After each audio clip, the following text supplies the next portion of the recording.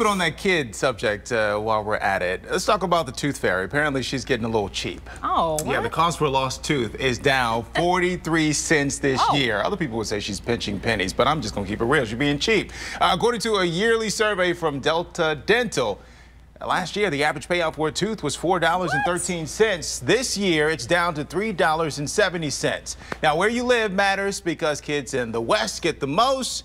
Kids here in the Midwest get the least, just under $3 per tooth. Hold on. Pay me what you owe me. Hold on. I said when you said they're down 43 cents, I don't even think I ever got 43 cents from her for a tooth, okay? Wow. You'd have to pay the Tooth Fairy now. Wow. What? You know, gas is getting more expensive.